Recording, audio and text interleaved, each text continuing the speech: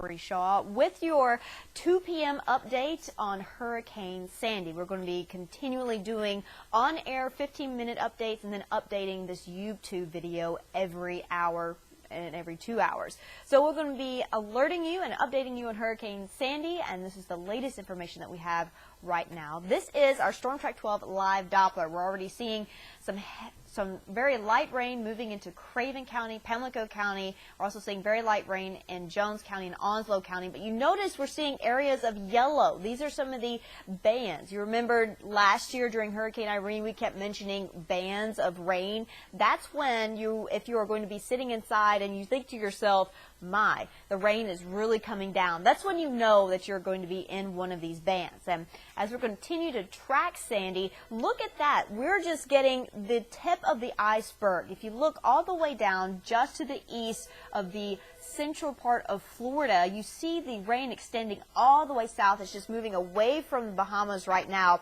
That's the center of this storm. It's going to be following the Gulf Stream, moving to the north and east. So the rain that you're seeing right now, this is just the beginning. We'll be dealing with the rain continuously going into tonight, throughout the day on Sunday, and really depending on where Hurricane Sandy makes landfall, really depends on how much rain we will be dealing with on Monday.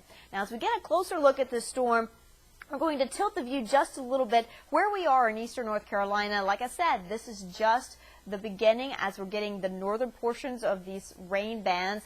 As we zoom in to Eastern North Carolina here, you see the green, which is the very light rain. You also see the darker green, which is the darker, heavier rain. But then we're starting to see a little bit of the yellow. This is when we're getting some more moderate to heavier rain as we continue to track this. And rain is going to be a continuance with this. Also, we're going to be seeing wind and also storm surge as a result of the wind. However, a tropical storm warning has been issued for Dare, Hyde, Beaufort, Craven, Pamlico, Carteret, and Onslow counties throughout the rest of today into tomorrow. Now, you notice Jones County, Pitt County, Lenoir County,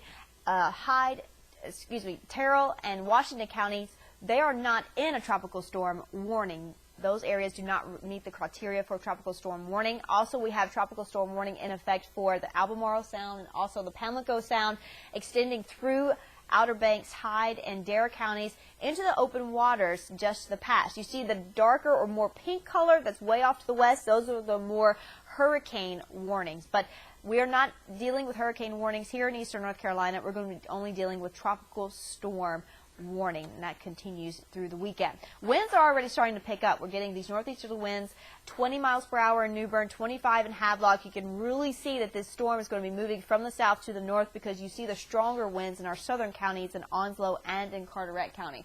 As we continue on, we're looking at wind gusts. The higher wind gusts are in there as well. 33 miles per hour in Jacksonville, 35 degrees in Havelock. And our threat tracker, we're going to be tracking this and following Sandy throughout the next 72 hours, Saturday, Sunday, continuing into Monday.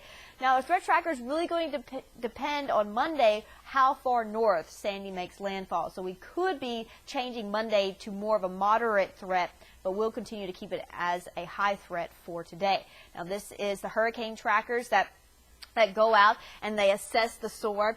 Hurricane Sandy was Tropical Storm Sandy earlier this morning, but the hurricane pilots and trackers that do go out and assess these storms, they find winds greater than 74 miles per hour, so that's why it was upgraded back into Hurricane Sandy. As we get a closer look.